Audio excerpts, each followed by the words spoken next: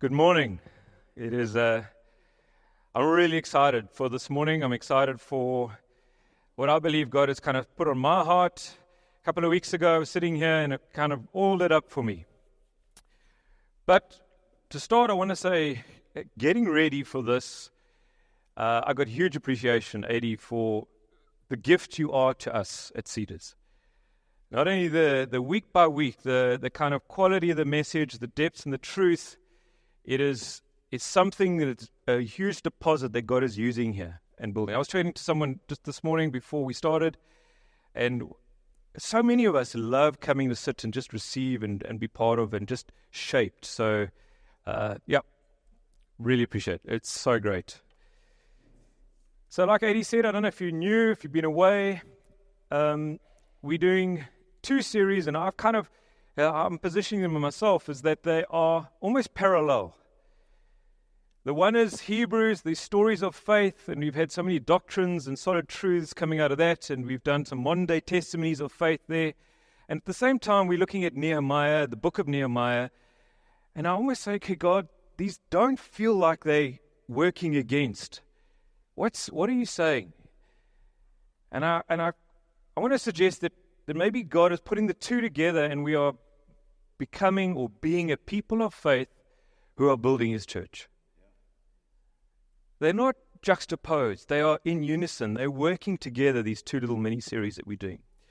So Hebrews 11, we reach a point now in verse 29. By faith, the people passed through the Red Sea as on dry land, but when the Egyptians tried to do so, they were drowned. Verse 30, by faith, the walls of Jericho fell down after the army had marched around them for 7 days. These are big pieces of, these are talking about huge events, okay? These are real big incidents, big moments in the story of Israel or the Israelites. And they are recorded here. By faith, the people crossed the Red Sea and the walls of Jericho came down, tumbling down.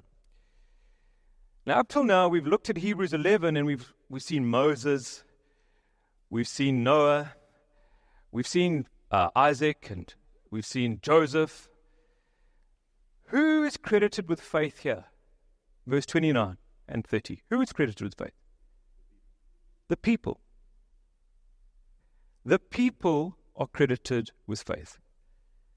So the writer of Hebrews, he goes through these incredible stalwarts and these heroes of the faith, and in there, in two little verses, he puts the people. We all focus on the heroes, the big people, the big names of the Old Testament, the big names that have walked before us, who did mighty things, but in there is also the you and me, the people. The people are credited with faith. Joshua 6, and I haven't got it on the screen, but I pulled it out just to kind of help with that Jericho moment.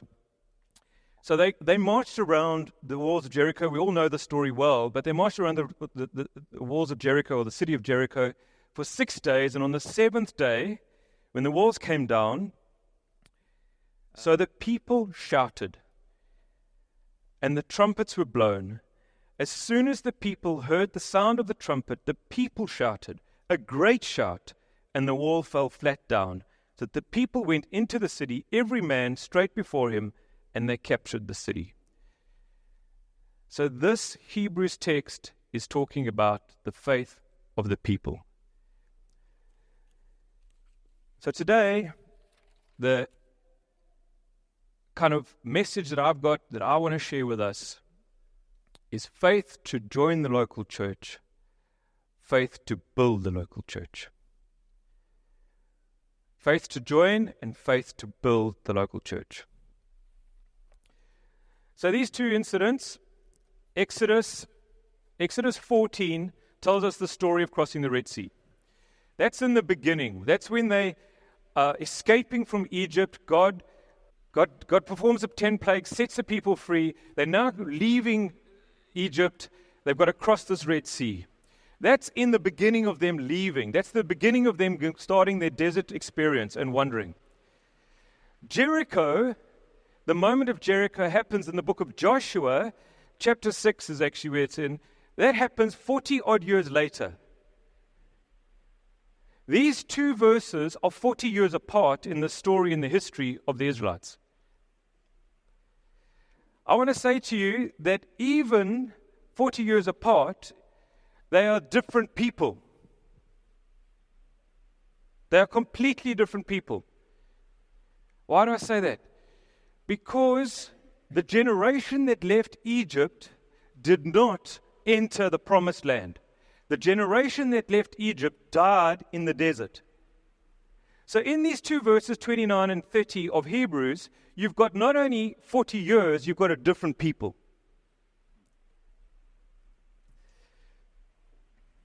So a few comments. And really, today my message is very simple. There's basically 4 points, but a few comments out of this. The first one, some of our victories, point number one, some of our victories can only be won in community. Some of our victories can only be won in the church, plural. This is a big point, guys. There's a very common thing that's going around that says, me and Jesus, I only need Jesus. I don't need the local church. It's raining, it's cold. So I get up and go to church. I know what's going to happen. We're going to have coffee, you're going to sing a few songs. Someone's going to tell a message, and we're going to go home. I've done it. I'm going to say to you, COVID did us no favors. We got so used to watching messages online. We got comfortable. We got podcasts, and they were a lot better than that guy who stands up there at Renish, which I don't say, 80, just put it there. But you see what I'm saying? There's a trap, and it's so common that we say, and we're comfortable, I've got Jesus, I'm a Christian, I'm born again, I'm good with this. Jericho's walls came coming down not because one man walked around the walls, but because the people walked around the walls. There was a generation that walked into the promised land not because one man crossed the Red Sea on dry land, but because the people crossed the Red Sea on dry land.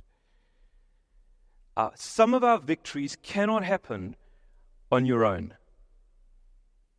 I'm going to suggest to you that if we're living with something unfulfilled, could it be that we're out of community, that we're out of joining the local church, that we're out of building that local church?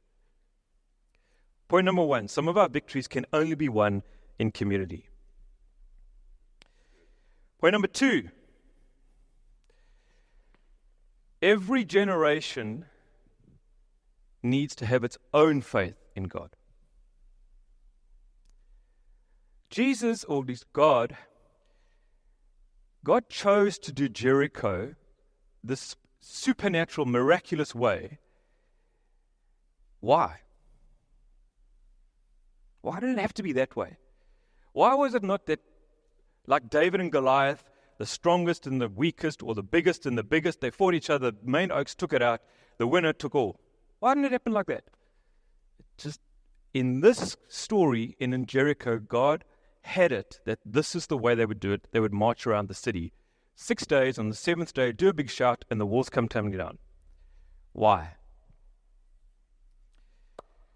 If you are younger than 40, won't you stand? If you are under 40, look at this. Under 40, if you were part of this, you were born in the desert. You didn't cross the Red Sea. You were part of that generation born in the desert. Every single day of your life, you ate manna. In my house, it's Future Life. That's what gets you that high. But in that time, coming out of the desert, you were born in the desert. You didn't cross the Red Sea. You ate manna from heaven every day of your life. You might have had fowl once a week. Water came out of a rock.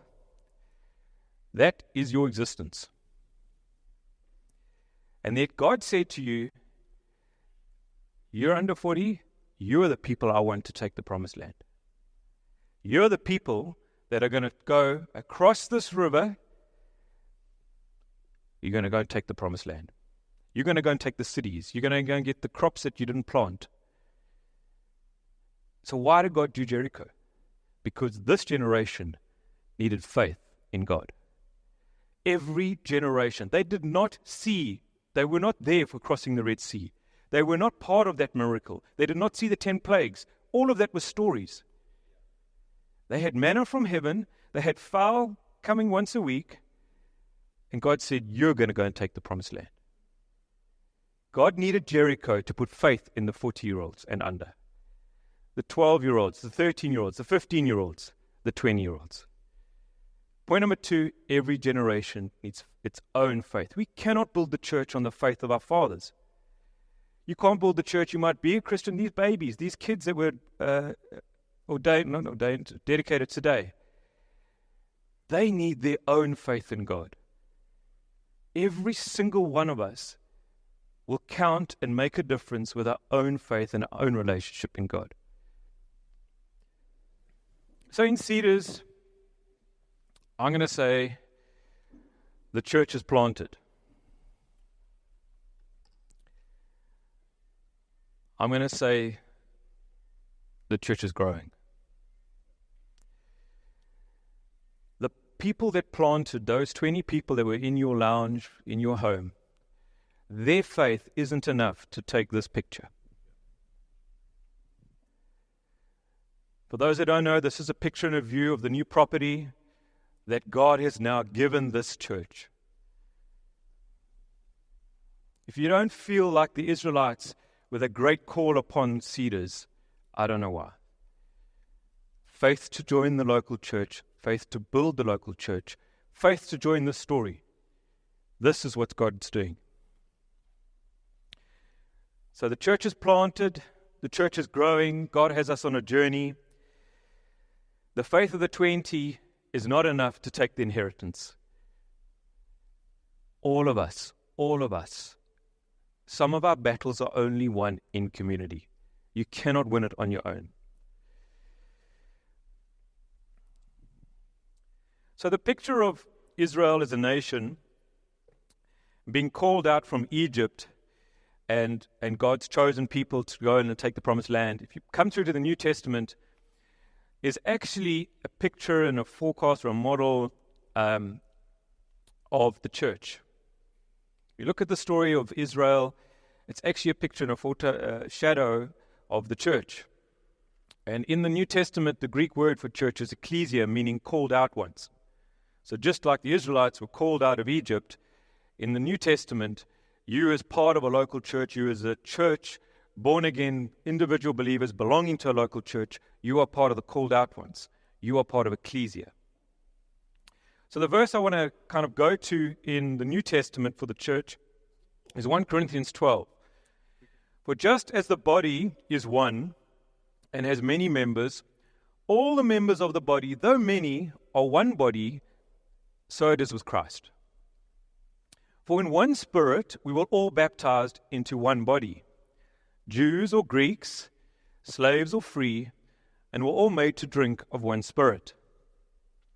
For the body does not consist of one member, but of many. If the foot should say, because I am not of hand, I do not belong to the body, that would not make it any less part of the body. And if the ear should say, because I am not an eye, I do not belong to the body, that would not make it any less part of the body. If the whole body were an eye, where would the sense of hearing be? If the whole body were an ear, where would the sense of smell be? But as it is, God arranged the members of the body, each one of them, as He chose. If we were all a single member, where would that body be? As it is, there are many parts, yet one body. A few comments, then I'll go back to my points. First comment is, Salvation, being saved, born again by Jesus, it's not a belief. You know, if you go and you have to answer this question that says, what religion, what faith are you? And you put there Christian, and I believe in Jesus, and it's true. But it's so much more than a belief. Salvation is a relationship. We are saved into a relationship, reconciled to God. When Jesus walked the earth, they tried to trick him and they asked him, what is the greatest commandment? In Matthew 22, he says, to love the Lord your God with all your heart, with all your soul, with all your body, all your mind. And then he puts the second commandment, to love your neighbors as yourself. Salvation is relationship. It's not just a belief.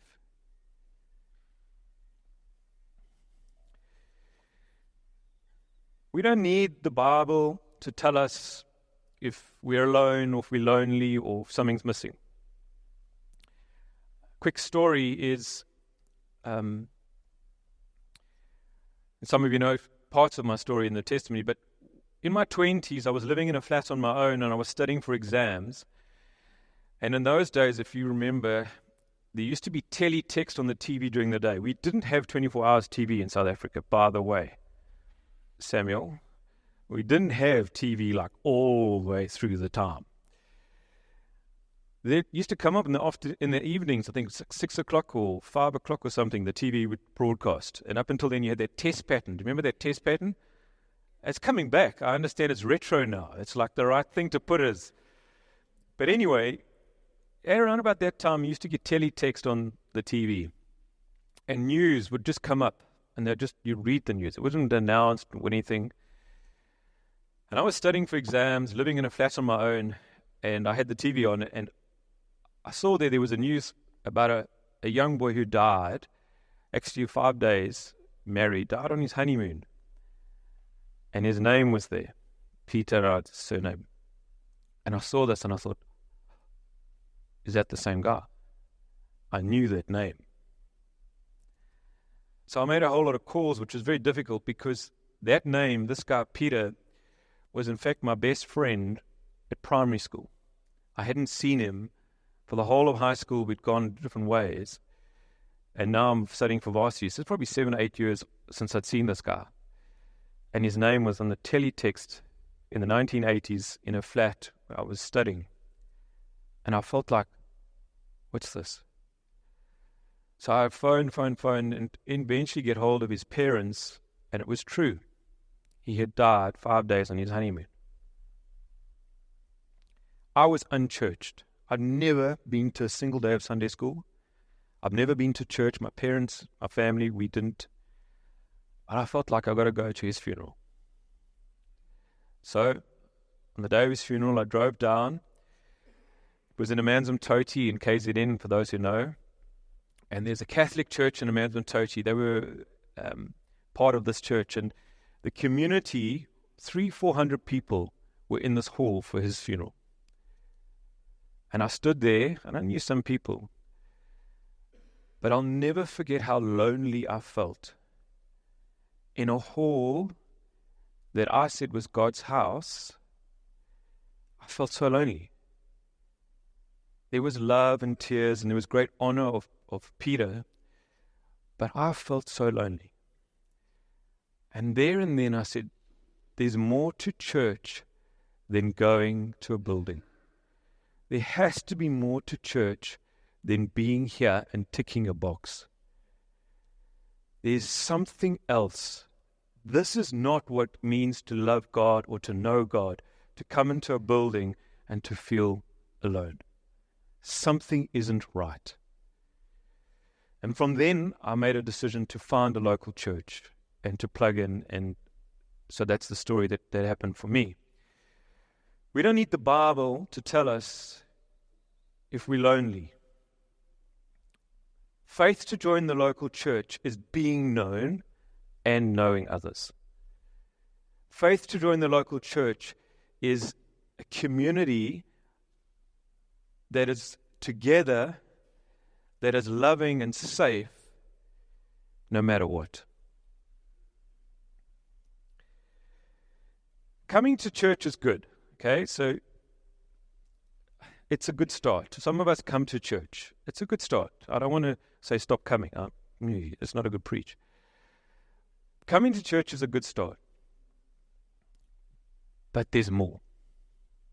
And the more is connecting and joining a local church, building the local church. Just as I look back, we've been part of 5 churches. I've been born again now nearly 30 years. We've been part of 5 churches since we've been together. We've had some great moments and some great times in the church. We've had community and laughter and fun and love. We've also had some tough times and some really tough times. There have been times in our marriage, Leanne and I, she might have thought, yeah, the church is going amazing. And I'm like on the other side of the bed or in the room or in the church, and I'm thinking, what are you talking about? I need to drift it off, But God has been amazingly faithful, and we have kind of found in each other that the big picture of the church, the mission that God has for the church, has kept us plugged in. There have been times when she's felt, I'm not getting much out of this, and I've been able to keep us plugged in. But there's been a lot more times when Leanne has said, the bride, the church, and I've been staying plugged in. Church is about community. Jesus invites us not to go to church. He invites us to become the church. That picture of a body, the eye, the ear, the arm, the leg, they're not just attending, they integrate it. They form one, they connect to form one body. Let me go back to the points. We are living stones. We are living stones that God gathers to build the house, the church, the dwelling place of God. We are not bricks. Difference between a brick and a stone? Well, bricks are cookie cut, all exactly the same. They are molded. They come in the door, and bricks look the same. Bricks dress the same. They all then get built and placed on top of each other and then plastered together and painted like this to be exactly looking the same. We are not bricks. As members of the local church, we are stones, unique and differently crafted, different shaped. And God builds a building of the church with differences. My third point, diversity needs faith. If we're going to be a community that is diverse, we need faith for diversity to work. We need to embrace the differences. When somebody is left-handed and we're all right-handed, that's how I used to feel. I work in a bank, there's a right and a wrong. I would go to meetings, I was always the wrong guy. I would ask a question, I'd get shouted down, cut. I'd have an idea, I would be like excused away, reasoned away. Why it can't work? But you know what? 2-3 years later, some of those ideas come out. Someone once gave me a prophetic word coming from the book of Kings. There's a man there that was used to slay an evil king with his left hand, because your default defense is against a right-handed person. And this attack happened and the left hand was the win. The point is, we're all different and we are good different. We are celebrate the differences. We are not bricks. We're not cookie cut. We're not meant to be exactly the same. Community, though, does need something in common. I mean, the root word of community and the root word of common, they kind of come from the same place. So we need something in common. We have that. One faith, one baptism, one spirit, one Son, one Father. So we have the ingredients of community. They are there. We want the differences and the giftings, the tongue, the ear, the foot, the eye. I want to tell you about Luke. One of the churches we served at, and we were quite part of the leadership there. Luke was a drummer. Do you remember Luke? Luke was a drummer. Now, on this stage, Luke would be kind of in the corner here, and he would drum away. He was a big, burly guy. Luke had come in his story, his salvation, he'd come out of drugs, and he'd come out of all sorts of addictions, but he was full on life, and he was passionate in every single way. He was not attractive, but it didn't matter, because what was attractive about him was his passion, and he loved motorbikes as well. He would literally want to just climb a bike, but the bigger the better, and the handlebars had to be way up here, kind of story. But Luke, when he drummed, I think it was once he did it. When he drummed, he got so into it, and it was such a praise, and the music, everything was pumping so big, he just tore his shirt off in the church.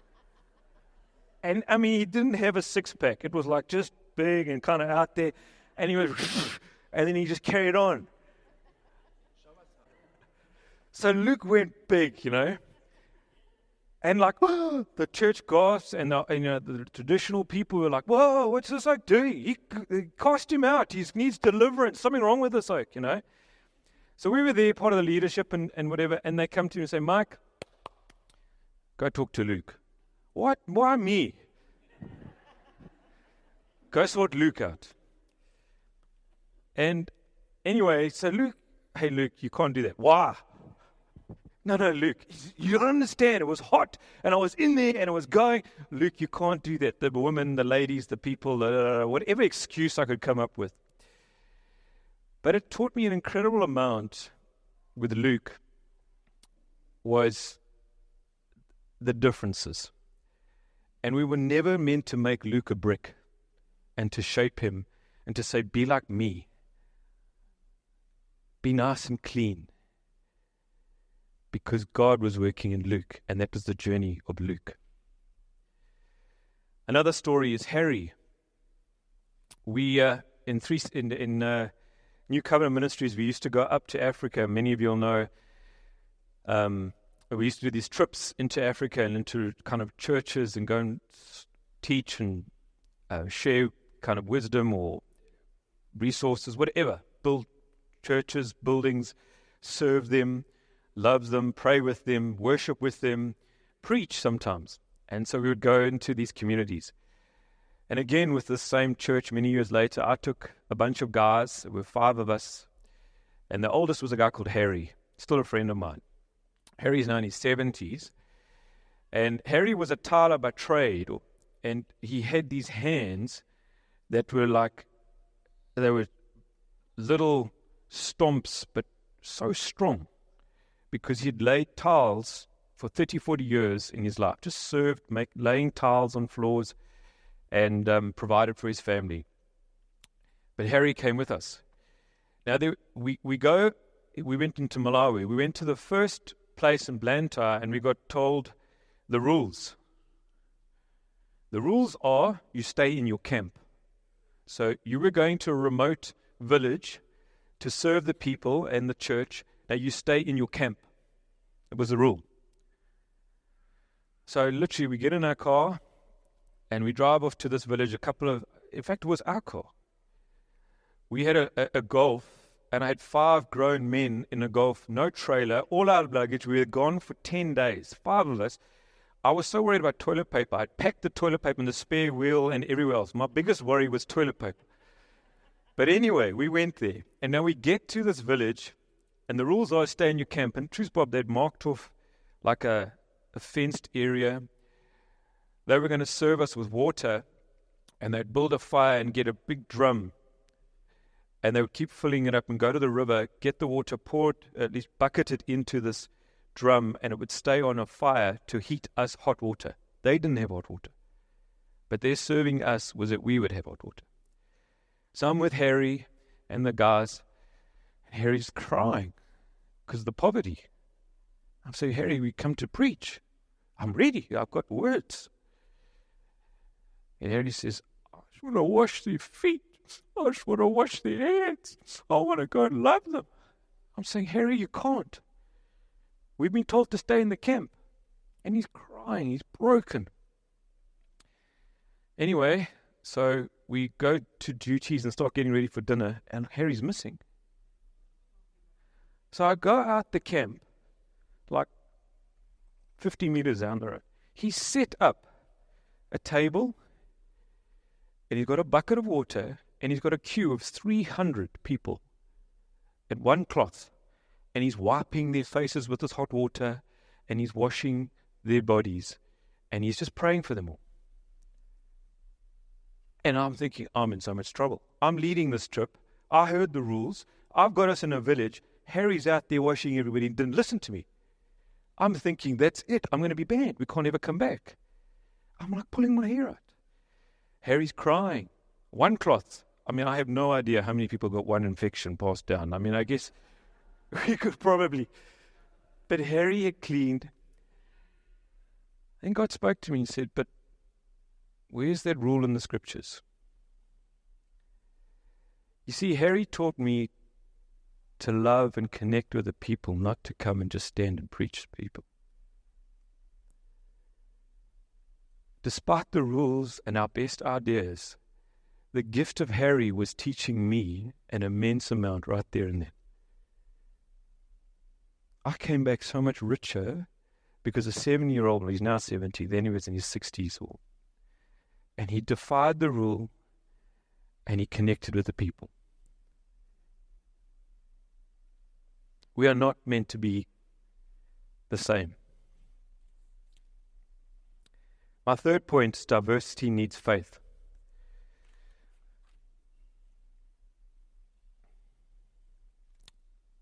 You know,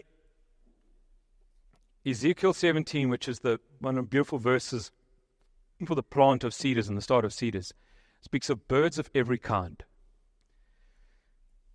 You're all birds.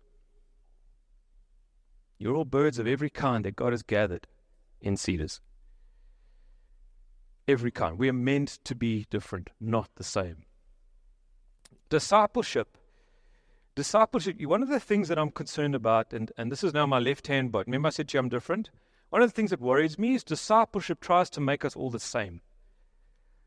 Many of us take discipleship, Jesus and his disciples, and we take this idea of, are you being discipled? And it has this undertone that says, are you conforming? Are you becoming the same as everyone else? I think sometimes we also in discipleship focus too much on the don'ts. Don't do this, don't smoke, don't drink, don't go, don't. That we have so much of that in some ways the world sits at us and looks out from the outside and says, they're all the same. Where's Luke? Where's Harry? They're all the same. Jesus doesn't look like it. The body has an eye. The body has a leg. The body has an ear. I thought about this, and I thought for cedars, young and old, extroverts and introverts, gamers, some of you, this is the most sport you do. But there are also sportswomen and men here that hit the field, that run the 25, 21K races. There's a mix. We're all together. Entrepreneurs and moms.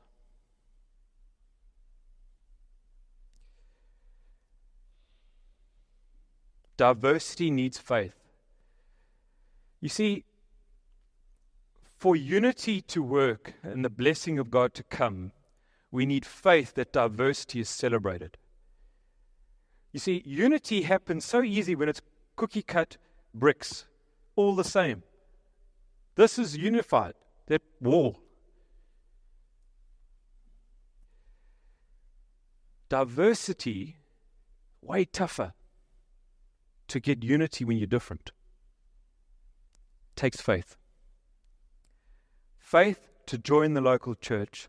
Faith to build the local church. Let's go to the pictures. So this is a mosaic picture. Maybe some of you have done mosaic and you've crafted something. And the basic story of a mosaic picture is it's all broken pieces put together to create a picture. That's a picture for us. Broken people put together to create one picture. If you took one piece out, there'd be something missing.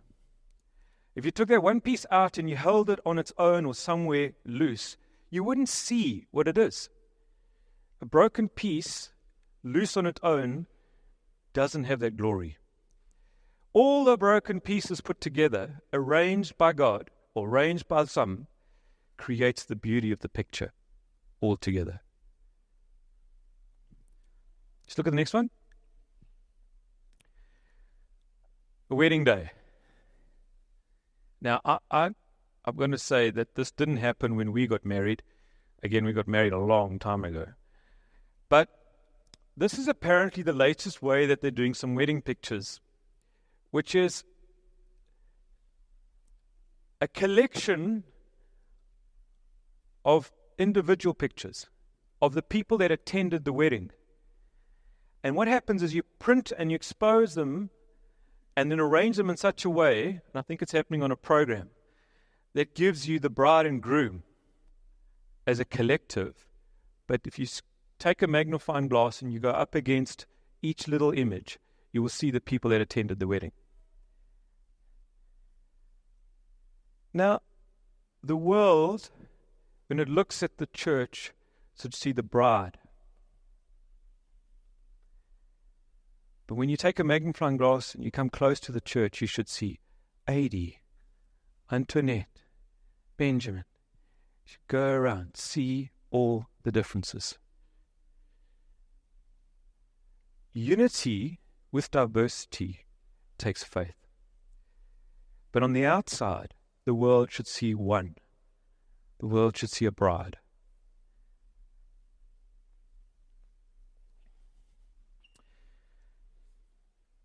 Our last point, point 4, is to build the church, build the local church. Contributing takes faith.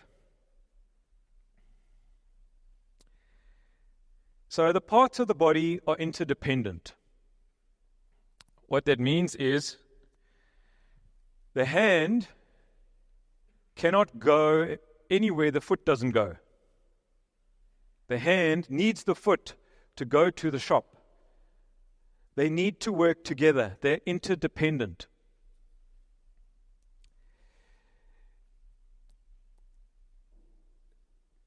We sometimes think, well, we can stay at home. We don't have to be part of the local church. We don't need Jesus. I painted that picture up front. So if you're a hand and you say, okay, I'm going to go and just not be part of, I'm going to kind of retreat and stay at home and whatever. Me and Jesus. If you're that hand, then that's okay as long as you're being a hand.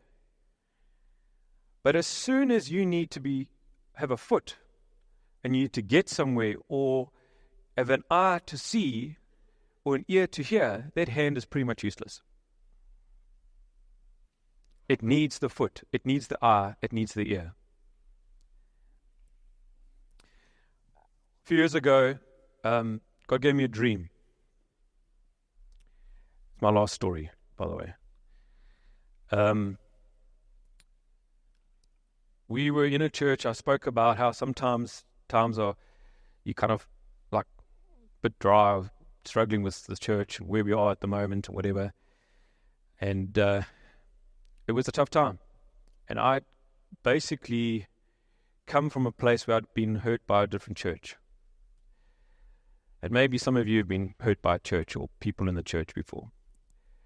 And so we were attending, going faithfully, but largely I wasn't contributing, wasn't doing anything, sitting comfortably. And then God gave me a dream one night. We were leaving the hall, and I was walking towards the car in the car park, and we were like first or second out the building. You know when the bell goes and it's home time, or when amen is said and it's Sunday lunch. we were like first or second, quick out the building. Remember, I was disengaged. And I had my family, we were walking towards the car, and I had my family just behind me, kind of on my wing, but I was a little ahead of them in the dream. As I came around the corner of one car, and I could see my car, there was a big guy, and he was beating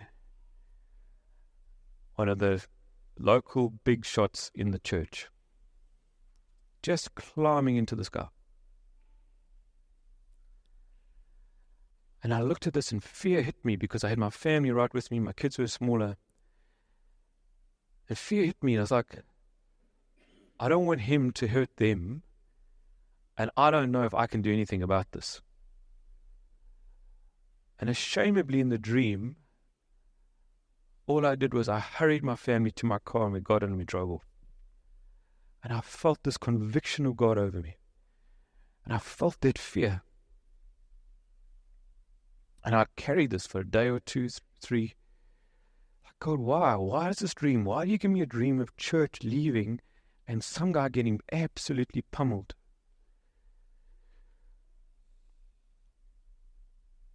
God spoke to me and he says, if you disengage, the enemy is taking out my people one by one by one.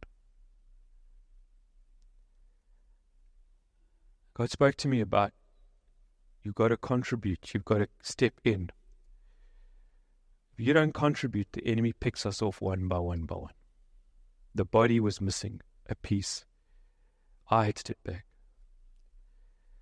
I need to walk a road of forgiveness, forgiveness for the church, forgiveness for others, faith.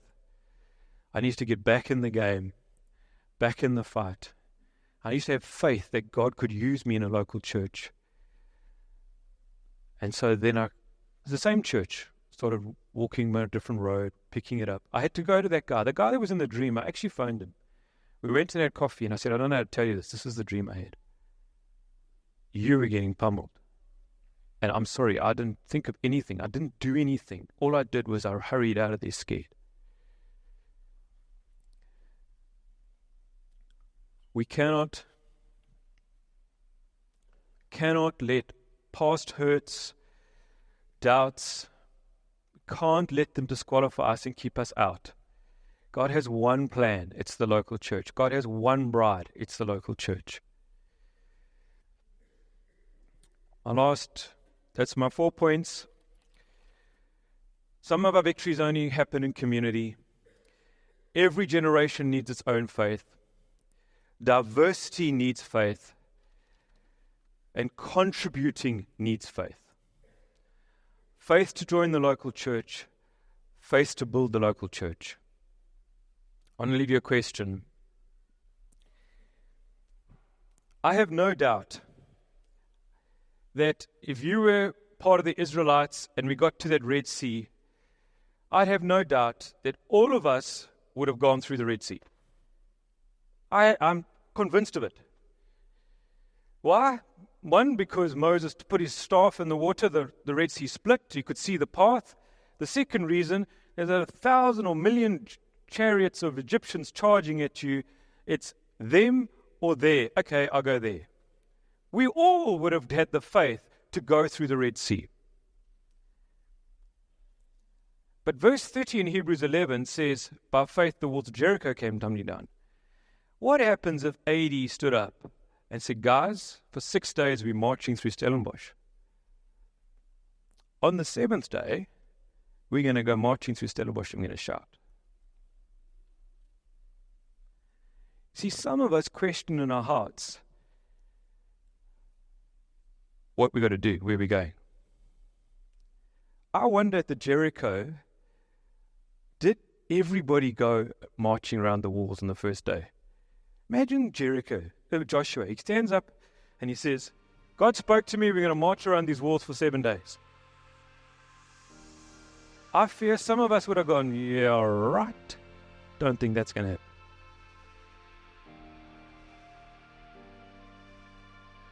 It takes faith to contribute to local church. It takes faith to build this vision, this placement where God's going to take us. Ain't going to happen without faith. Let's be a people of faith. Let's love His bride. Let's join the local church. Really join the local church.